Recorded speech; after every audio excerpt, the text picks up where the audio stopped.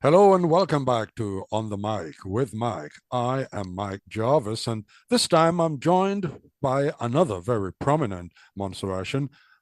Prominent Montserratian this time around is Mr. Vaughn Barzey.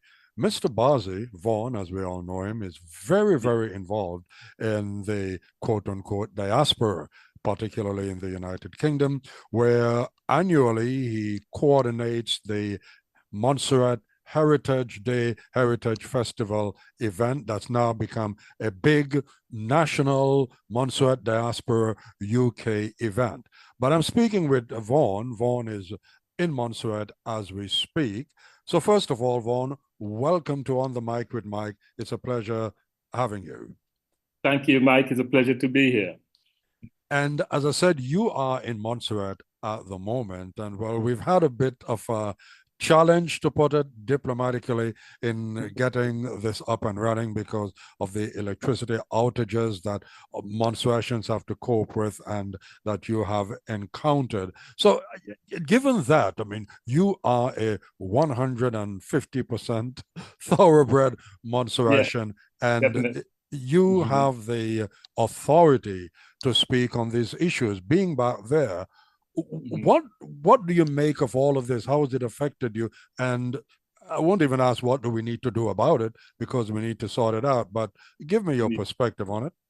Well, it's over the last week or so, it's been a daily occurrence, and it goes off for hours at a time.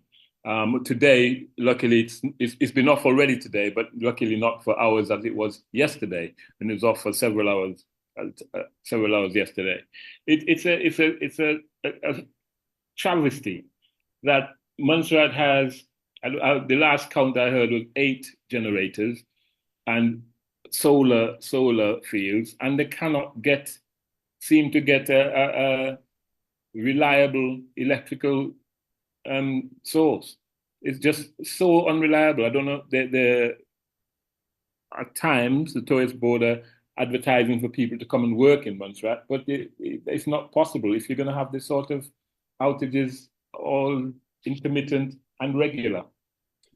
Well, here you are, slash, there you are in Montserrat, having to cope with this as many of the Montserratians have to do. And this has been going on. Anyone would say it's been going on for too long. But Yes. the point is, you are there in the midst of the most important election campaign we've been saying in Yeah. practically the past 30 years. And with this happening, certainly it must be a campaign priority for the politicians that you've been hearing. No, I know it hasn't. And that's a surprise, and it's frankly shameful that nobody seems to be addressing it. Montserrat, Mike, has a geothermal well that I don't know if right. I'm saying it must be there for about nearly 10 years now.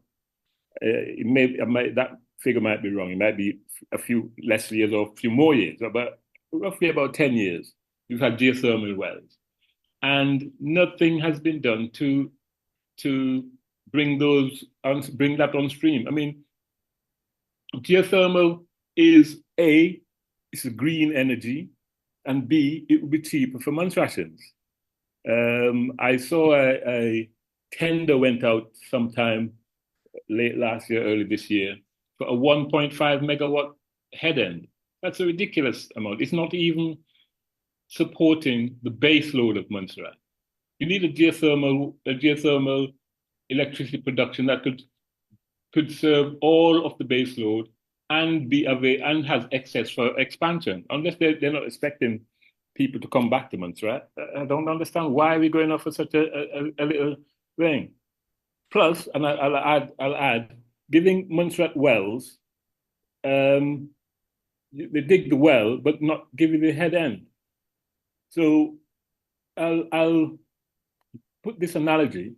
It's like someone giving you an airplane. They say they're going to give you an airplane, and you've got everything you need in airplane. The pilot's got the cockpit is fine. It's got everything the pilots want. The latest avionics. The passenger place is right. You've got leg room. You've got everything. But then they didn't give you the wings. They tell you, oh, go on out and find the wings.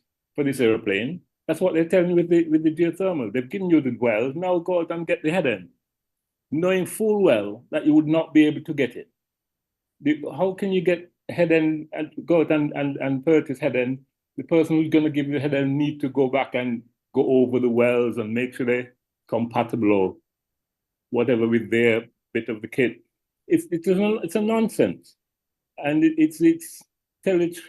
It's like, as I'm saying, it's like giving you a plane but not giving you the wings, and then you have to go and source wings that is not compatible with the plane that you got, and even though you've got all the latest bits in the plane, you can't fly it. And the donors who gave the well knew fully well it's deliberate and duplicitous as far as I'm concerned. Well, that's a very pointed analogy that you've made there. And as we're speaking here, Vaughan, just looking at a prompt I got just a while ago that came from the governor's office in Montserrat. And let me just backtrack before I come to this bit of information, because there's been talk about, I think there's a solar facility installation, and it's, to the best of my knowledge, functioning to some degree. Just a few months back, we had a team of engineers from the British military who were in Montserrat doing a site survey of the electrical grid infrastructure to advise on how do we resolve the problem with the electricity in Montserrat. And there was a previous intervention, I think, by the governor's office when some folks came in from British Virgin Islands, etc., and were advising. At least that was an absolute emergency situation back then. That might have been last year. Well, as we're speaking, just a while ago, I got a prompt from the governor's office. I'll just read it quickly. It says, today, Her Excellency the Governor, Mrs. Sarah Tucker, met with the CEO of Green Crowd, Mr. Gambetta, who is in Montserrat this week, to advance work on a possible renewable energy roadmap, working with the government ministries, local businesses, and the governor's office. That has now been accompanied by an invitation for residents on Montserrat to attend an event, a public meeting on Wednesday, the 2nd of October. That's this coming, well, that's this week, Wednesday, 2nd of October, to share your views on renewable energy opportunities here, renewable energy in relation to agriculture, ecotourism, and other industries, the blue economy, et cetera, et cetera, et cetera. On the one hand, I think it could be said, well, somebody is at least talking about it, but we've been talking about it for quite a long time. And I'm having you in this conversation because, as I said, you are a very prominent Montserratian, quite possibly, I think, the most prominent unofficially Montserratian in the United Kingdom at the moment in terms of your outreach and your organization and your contacts, etc. What do you make of all of this? I mean, something apparently is being done. Yes, I won't swear on your program, Mike. This is a nonsense. I don't think the green energy or this renewable energy with regard to agriculture and with regard to all of those things, all we need right now is energy in regard to supply for the local population. If you get the supply to the local population, whatever else they need it for, it will be there. The agriculture, with fishing, whatever else you need it for. They're not doing the supply to just the basic supply. Supply a full base load from the geothermal. It's not rocket science. I know for a fact, Mike, that there was a proposal for a head end on the geothermal, and the guys who were going to do it did some research, was ready to go, and also wasn't ready to go, was willing to go with it, but they were unable to get insurance for their investment. They couldn't get any insurance because of the state of Montserrat, because Montserrat's in that state of, I don't know if it's emergency or I forgot the particular category, but no insurance company would insure them to put their equipment in that Cork where those wells are and get the get the infrastructure onto the grid. So they pulled out. And I spoke to the governor about it. And I said, you need to lift the restriction so that people can come, because no insurance company invests. They're not going to invest 40 million pounds as it was and don't have any insurance. So would So that be a situation where the government of Montserrat or the British government would need to be a guarantor? well, they just need to lift the situation that insurance companies wouldn't need anyone to guarantee or guarantor. You wouldn't need any of that. The situation would be stable enough that insurance companies looking at it will say, that's a fair risk. It's a risk I'm willing to take. And they insure the company. At the moment, because of the categorization of whatever that is, insurance companies are not willing to take the risk. And I can't blame them. I can't if the risk is too high for them to come in, then they're not going to come in. And a knock-on effect, investors aren't going to come in and put up and invest money to that they can't. There's no assurance that if something happens the next day, they've got they've lost that investment. Now, when you speak of restrictions, what Yes. restrictions are we referring to? Are we referring to the restrictions as per the no entry zone restrictions, or are we speaking of restrictions in terms of a governance type, emergency type situation? What kind of, from the conversations that you've been having with the officials there? I think it's emergency restrictions. At the moment, Cork Hill and everything south of Belém, I don't know what the restriction, I don't know what the exact terminology is, but it was a restriction is sufficient that insurance companies would not progress to insure anybody that particular investment. So, it's a nonsense. I don't see the point of telling people about green or renewable energy for this, that, and the other without having the basic renewable energy for the population. The population will then invest and grow into whatever they want to do with the green investment. I don't see how you're going to have renewable energy. You'll have renewable energy, but you don't have any in your home. You don't have it's so intermittent in your home that you can't do anything particularly progressive, and it's ruining many appliances, fridges, televisions, all, you name it.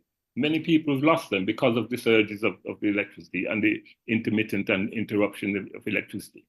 I hope I get the chance to speak with the management of the Montserrat Utilities Limited about it. I'm going to put in a request. Hopefully, at least to have them on the podcast to explain, what the situation is, why this keeps being prolonged the way it is. Yeah. Now, here you are in Montserrat, as I said, you are a person of substance. You are high caliber Montserratian. While there, you mentioned having contact with the governor. Have you been having any contact meetings, formal or informal, with the government and other officials and authorities there? No, because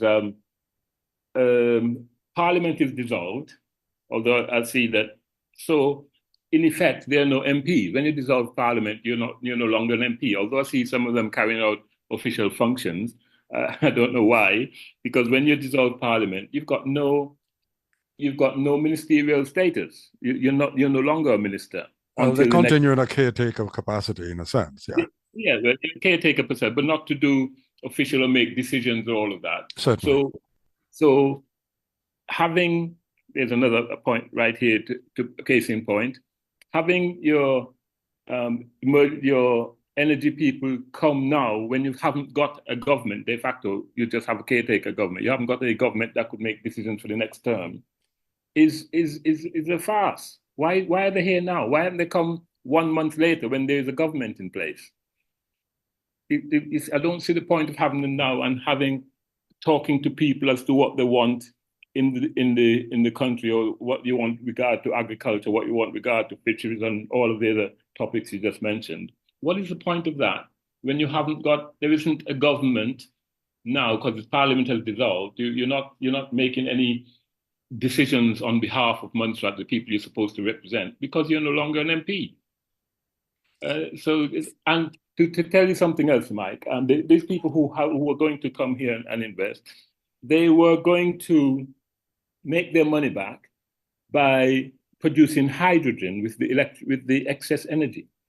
The geothermal would produce more than is necessary for the base load of Montserrat. With the extra electricity, they produce hydrogen, as you may or may not know, all over the world. Major companies developing hydrogen cars, trucks, planes. Yes. So they were going to produce hydrogen, which also could replace LPG, your cooking gas. The Montserrat wouldn't need to import cooking gas. They'll fill the bottles with cooking gas. When you burn hydrogen, you get water as the byproduct. Burning hydrogen doesn't give off any CO2s, anything. Mm-hmm. Yes, it gives off water. That's it. That's what you're getting in burning hydrogen. They'll make hydrogen from electrolysis with water. So you get hydrogen and oxygen, which is the components of water. They'll sell the oxygen and the hydrogen separately. The oxygen for various things you do with oxygen, whether it be welding or in hospitals or in whatever else. And the hydrogen you use for your LPG. You have research into converting existing internal combustion cars to run on hydrogen, so that you don't need to import all that fuel. You wouldn't need to import the fuel for the generators now, because you'll be using geothermal. So that will reduce. Nobody will be paying all this high fuel surcharge that they're paying at the moment. Because when you pay your electricity bill, there's a fuel surcharge depending on what the oil prices were when they purchased the oil. You wouldn't need all of that, and that reduces the cost of living, which is horrendously high in Montserrat. The cost of living, which I haven't heard anybody in the political arena addressing either. But all of these, just that geothermal will bring so many benefits to Montserrat, which is like hydrogen, running your vehicles on hydrogen, cooking on hydrogen, all of what is produced in Montserrat. Instead of importing stuff, we could now export. We can export hydrogen cooking gas or whatever for people in the local area, in the local Caribbean, and grow that economy. Have people here, high quality technical jobs, developing, researching, doing all that on ways of using the hydrogen and new ways of using hydrogen and oxygen, byproducts of what you're doing, all of which will be free in Montserrat. All of which is free. The water there to make the hydrogen and the oxygen, the geothermal to put in the thing, all of that would be free, or free to access. Yeah. So here you are, clearly wearing a hat as an investor or someone who is scoping out investment possibilities, maintaining that interest. Here you also are at the height of an election campaign for what we're all saying, and I think agreeing, is just about the most critical, pivotal crossroads moment for Montserrat. Yes. What is your assessment, being that you're there on the ground? You've clearly been looking into, checking out, getting a very good overview of the situation on the ground. What impressions are you forming? The impression with regard to the elections is disappointing. The candidates are not addressing the problems that Montserrat has. Cost of living in Montserrat is astronomically high. Right? Everything you get in Montserrat is imported, very expensive, not often not of the best quality, because they can't afford it. It's just too high. I guess what to say? The cost of living is imported. You could say, I would say, right? I would say the cost of living in Montserrat is the only thing that is manufactured in Montserrat successfully. You could stamp on that cost of living. You could stamp on it, manufactured in Montserrat. Let me give you an example. I'll demonstrate this. If your fridge has been destroyed by the power outages. So you need a new fridge. You go online, or there's some enterprising people go online and buy a fridge in America. Online, you buy a fridge, say it's a Black Friday sale. You get a fridge for $1,000. These are just figures off the top of my head, not actual figures. Yeah. So they'll buy a fridge for $1,000 because their fridge has been done. When that person, having bought a fridge and thought that they've saved money, which they need to do because the cost of living is high, get to Montserrat, the first thing that they do is charge them on the freight that they come here. There's no direct freight from America to Montserrat. You probably have to go to St. Martin and then transfer off the boat in St. Martin to another boat that comes to Montserrat, etc. So that it's a high charge of freight. So the Montserrat government will charge them some freight charges charge them on the freight that they come to do it. Remembering that that's not a direct shipping thing. Then they'll charge them on duty on the fridge, but you'll show them the receipt of the fridge. Say, look, I bought this for $1,000. They'll say, no, that fridge looks like, oh, you probably paid $5,000 for that fridge, and they'll charge you duty on $5,000, not on what you've actually paid for it. So the cost of that's gone up. Then on top of that, they'll charge you a consumption tax. So by the time you got the fridge that you thought you paid $1,000 for, you're now paying $6,000 that you probably can't afford and need to take out a loan for. So that's a government-imposed cost of living excess that needn't be at all. And I don't see why they're doing it. It's just too, and this affects, obviously, because of most things coming up, almost everything is coming. It affects everybody. It pushes the cost of living up for everybody, those who can and those who can't afford it. Yeah, well, just like the electricity situation, the cost of living has an across the board impact. I could recall several of the politicians across the board talking about it, but solutions, and I think I've heard a few ideas popping up. But given where we are, is it time, from your perspective, and again, drawing on your experience while you're there, is it time to have a sit down, a review, and as I've been phrasing it, a reset? Come up with a plan. This is where we are now, and these are the sort of things that we need to put in place to move Montserrat forward. I mean, one of the previous guests I had on the program said there are a number of key things that Montserrat needs to do, and no longer can we do them one by one. We now need to clear the deck and get all the critical things and start working on all of them at the same time. Long overdue. I'll talk about the cost of living as a government-imposed thing. And if you think, and I'll throw some figures out there, they're rough figures, but the government is trying to raise $55 million from just over 1,000 taxpayers. From the census, September 2023 census, there were 4,386 people on Montserrat. If you divide that 55 million by every person, even a baby born today will owe the government $12,539 each. Now that's an horrendous amount of money. Same from that census, there are 2,256 households. So if you break it down and say, okay, not everybody pays, just the household pays. Every household would have to pay $24,389 just to furnish this £55 million debt, $50 debt. And if you take it down to the taxpayers, if you say that it's only half of the people in the households pay tax, instead of 2,000, it's 1,000 something paying tax, that comes up to $48,760 per year per person. Now that's an extraordinary amount of money. That's before they get anything else. They have to pay the government that much just to furnish that $55 million tax that they're trying to raise to furnish the budget. Now that's an impossible figure for anybody to go, especially the lower paid, and there and I've looked it up, is something like 740 retirees and 106 unemployed people. Those are people who don't pay tax normally. And you think these people, even though it's what do you call it? These people just cannot afford to pay what is imposed upon them. So they're in a planned sort of poverty.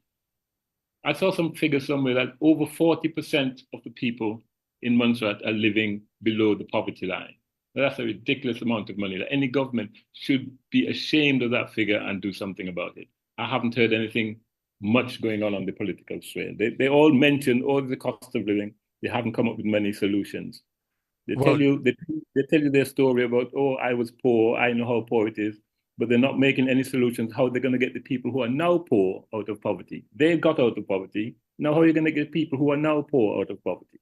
well, from a professional perspective, you've clearly done your research and your homework on this one, and you've sort of taken us down a path that I hadn't even originally anticipated. But just to stay on this line for a moment, if Yeah. we're looking at the numbers that you just threw out there, the people who are retired or who are on pension or who are on social welfare, yes, the retired, the pensioners, they would have made their contribution, but that is a chunk of money coming out of the government's budget to take care of those people. I have heard during the political campaign about adjusting the income tax threshold, meaning you earn more before you start paying. That's less money directly going into the government Yeah. coffers. It's one of the things that we're looking at is that a lot of these, you ask yourself the question, well, how are they really costed? How are you going to recoup that money, particularly from a government, an island that is in budgetary aid support Yeah. from the United Kingdom, unless you bring in some investment that the private sector and the government by extension starts earning some extra money beyond local taxes and UK aid. Well, um, that And I is mentioned that because you spoke about the potential investors in the geothermal project. well one way that I think, and I haven't put it to the test, but it's worked in the United Kingdom. It's worked in St. Martin. I don't know. One way of actually boosting your economy is to, um, I don't know to say declare or say that Montserrat is a free port. Have Montserrat as a free port. So the things that comes into Montserrat would be cheaper for the people here to buy. And like in St. Martin, when people leave Montserrat, for instance, and go to St. Martin to shop because the things there are cheaper, if Montserrat's a free port, Antiguans, Kittians, Nivisians, all these people would come to Montserrat, or many of them would, to do their shopping and to do other business because it's a free port, as they do in the UK when there's a free port declared. Yes, yes. It boosts the economy in the local area throughout, not just in the place that the free port is, but around the local area. So if you make Montserrat a free port, instead of trying to cripple everybody with the taxes as they enter, you make it a free port. You have people from outside coming to Montserrat to spend money and boosting the economy. With economy boosting, then you get a knock-on effect, and you probably get more people. Montserrat needs people. It's not going to grow anyway without people. Without, I mean, 1,000, 2,000 people, it's not going to grow of any note. So you need people to be coming in, spending money. So by declaring a free port, that would help. That would help to get Montserrat on the road to getting. It wouldn't be overnight, but on the road to getting it out of this sort of area where it's virtually bankrupt. The other point, Vaughan, as Mhm. you are presently in Montserrat in the midst of this very, very important election campaign, the Yeah. crossroads event, as we've labeled it. Straight question. You are residing in the United Kingdom and you've been doing some fantastic work amongst the Montserrat community in the UK. Can you vote in Montserrat? I can. I can now because I had a came to make sure that I can, but many people can't, which is it's a grates on me They, in order to vote in Montserrat, anybody from throughout the Commonwealth, say for Australia, Vanuatu, anywhere in the Commonwealth, can come to Montserrat and have the same voting rights as Montserrat. Live here for 36 months, do whatever it is, and you have the same Montserrat, and there's no difference. No, Montserratians can't go to any of those other Commonwealth countries and expect the same treatment as their citizens. Yes, I Although do recall, just to interject quickly, I do uh, recall a situation in Barbados where a number of mm, Montserratians who were living there for like over a decade, 2 decades, actually had to take the Barbados government to court in yes, order to get the right to yes, vote. As a yes, as contrast that with the situation in Montserrat. exactly, exactly. So if you take Barbados, for instance, if you're Bajan, you could come to Montserrat and have exactly the same privileges as a Montserratian, but a Montserratian going to Barbados wouldn't have that same privilege as a Bajan. So, they need to sort that out somehow, sort it out. It's just not good enough that Montserratians in Montserrat haven't got citizenship, as I would put it, privileges, and other people have, other um, Commonwealth countries have in Montserrat. Well, it's reassuring to know that you can vote because it's been a pretty controversial, contentious issue. And there was a Yeah, recent development with Montserratian lawyer, Mr. George Kernan, yeah, who I think made such a strong case because yeah, he's been trying to get on the voters register for quite a while and he was being rejected. yeah, And the decision that has now been made in his favor could quite possibly, well, I think the voters register has closed, I think as of the yes, 20th of yes, it has. September. Yes, it has. But Yeah, it is a pretty far-reaching decision in his favor that would have yeah. some additional knock-on I effects. think I Plus, think he's you, also now a candidate. And I should be speaking with George. I hope I do get to speak with him as well. Let yeah. me shift gears quickly to something else because this is such a fantastic conversation as it stands. From your perspective and the work that you've been doing among the Montserrat community in the UK and the festival that you've been coordinating, the Heritage Festival, that will be ongoing. But clearly, the planning starts now, not to deviate too much from what we're talking about, but how is that coming along and how is that being integrated with what is happening in Montserrat as well? We haven't got that many strong links with Montserrat per se, but although we do say we have the greatest number of Montserratians in one place, even more than we have in Montserrat when we have the Heritage Day. Um, the planning is for next year, which is the 30th anniversary of the volcano, is to have something special. I don't know what it is yet. We haven't planned it yet, but it's in the pipeline. Well, that's very, very encouraging to hear. Certainly look forward to that. And for the remainder of your time in Montserrat, are we, as you said, well, we have a government that's still in caretaker mode, even though some, well, governmental activities are continuing. Your lobbying efforts, your outreach efforts, how are those going? It's hard work. It's hard work trying to get anything done in Montserrat. With regard to, and I can't do this without mentioning access, because everybody's on about access. I hear everyone mentioning the access, the island of the Twin Otter and both aircrafts, etc., but they're both obsolete aircrafts. It's baffling as to why people want to continue these aircrafts. The other stall aircraft, the short takeoff and landing aircrafts, that are better suited to Montserrat and have better statistics with regard to landing, takeoff, etc., payload. The Islander, for example, is more expensive to maintain if the parts are available because it's now obsolete. Very few people make parts, so I think they stopped making parts for it. So it's very expensive to get those parts, and it uses the most expensive fuel. So and the most rare and expensive fuel. So then again, it's difficult to get. It's not just getting fuel go and fill up. It's a special effort to get the fuel for the islanders. So all of that increases the fares because you've got the running costs now are that much higher than they should be were it not an obsolete aircraft and were it using fuel that is used in other airplanes.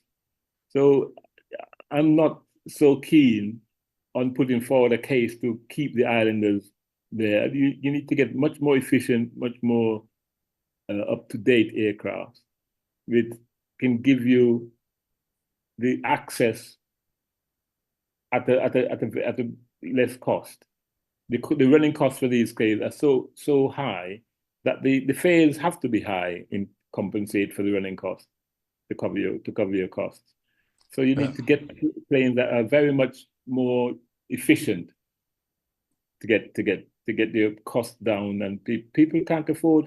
If even to get the access right, there are people in Montserrat who can't afford to have a return trip to Antigua, even in an emergency, they can't afford it because the costs are so high. Yes, and I've heard some mention about getting a different type of aircraft or the Tecnam model or Yes, something of there's that several of brand. Yes, and then the ferry situation. But as you said, underpinning all of that is the actual cost of yes, travel from yes, Montserrat to the next closest point, which would yes, be Antigua. Vaughn Barzey, you are mhm, originally from Cork Hill in Montserrat. yes. You have touched just about all of the important bases of issues pertaining to Montserrat's development from the point where it is at the moment. Yes, we could have gone on to talk about health and education and so much more. And I'm certain that at some point we'll come back to all of these.